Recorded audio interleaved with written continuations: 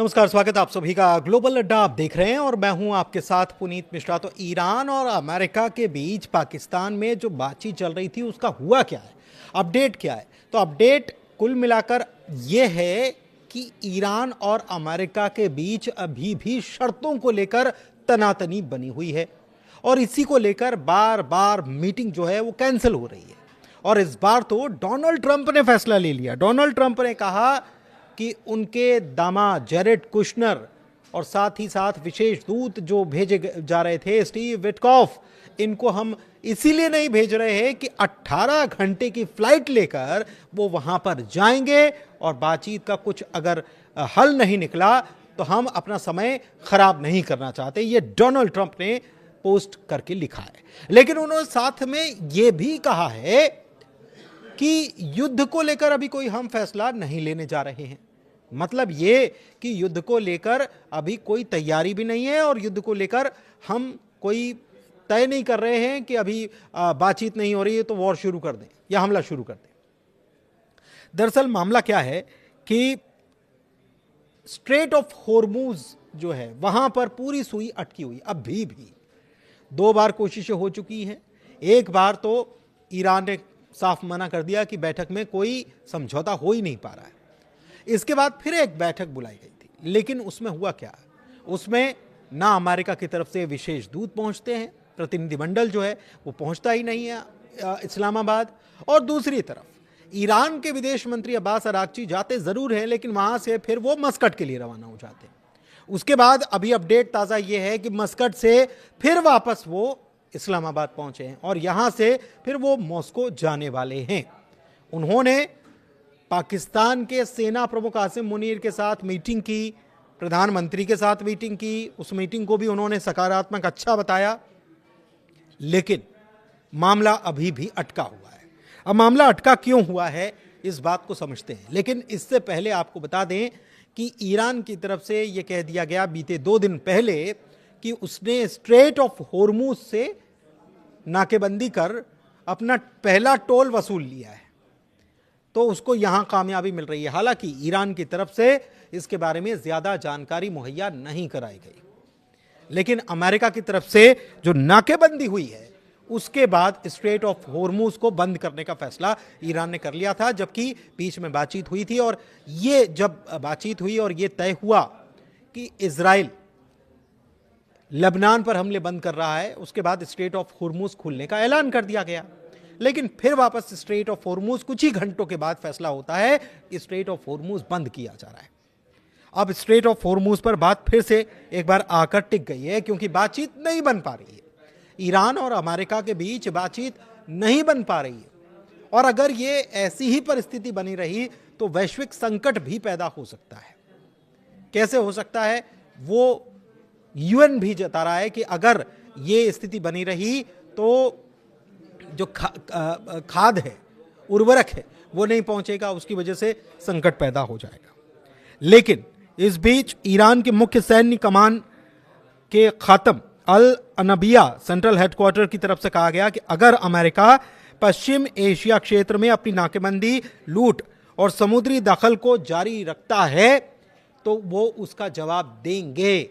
मतलब ये कि ईरान एक बार फिर से साफ तौर पर शब्दों में अमेरिका को यह समझाने में लगा हुआ है कि आप हमको कमजोर समझने की भूल कतई ना करें।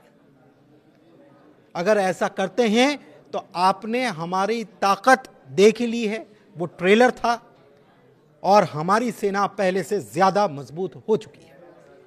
जाहिर सी बात है कि इतना समय जो मिला है, इतना अभी तो शांति है, अभी तो वॉर नहीं चल रहा है, इसमें ईरान ने अपनी ताकत को और बढ़ाने का काम किया है, क्योंकि सवाल ईरान की अस्मिता का है जो ईरान कहता आया है। ईरान साफ तौर पर कह रहा है कि हम अपना यूरेनियम भंडार कम नहीं करने वाले। ईरान साफ तौर पर कह रहा है कि हम अपने जो प्रॉक्सी, जिसको अमेरिका कहता है, हम वो हमारे साथी हैं और हम उनका साथ नहीं छोड़ेंगे। मिसाइल प्रोजेक्ट जो है वो हमारा जारी रहेगा। अमेरिका अपनी शर्तें मनवाने के लिए कहीं ना कहीं दबाव बनाने की कोशिश कर रहा है और इसी वजह से स्ट्रेट ऑफ हॉर्मूज में अमेरिका की तरफ से तटोपन नाकेबंदी की गई है।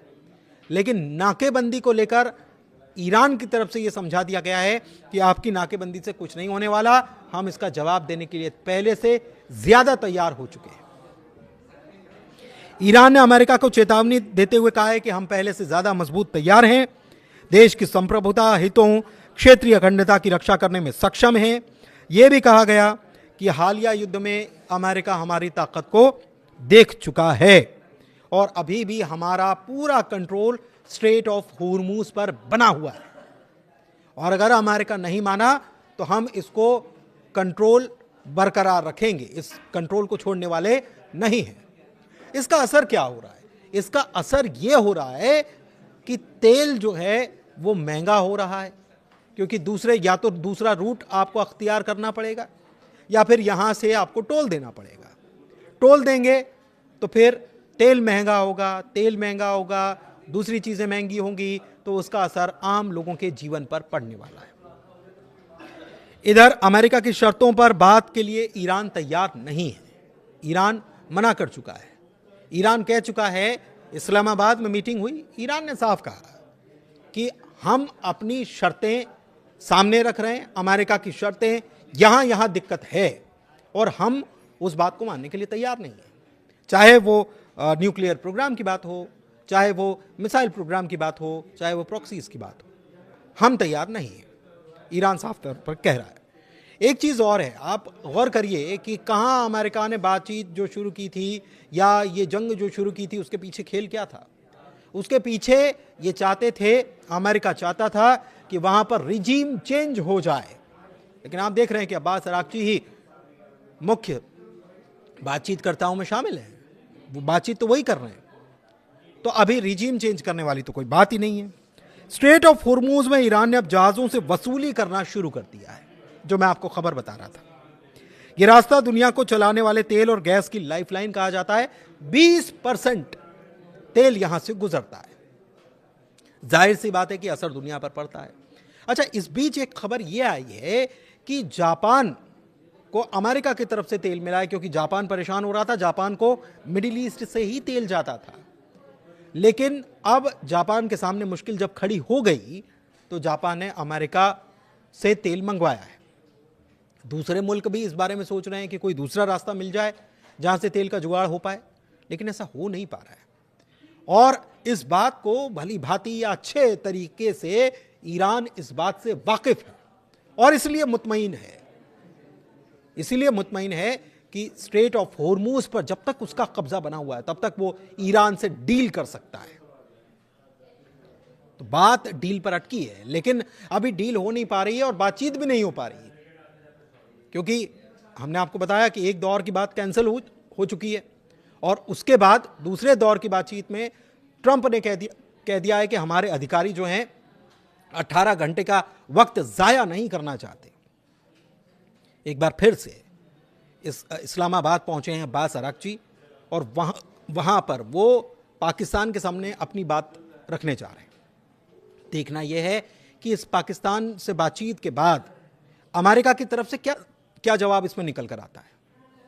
लेकिन फिलहाल बातचीत अटकी हुई है और अभी भी यह तय नहीं हो पा रहा है कि अगले दौर की बातचीत कब शुरू होगी। धन्यवाद।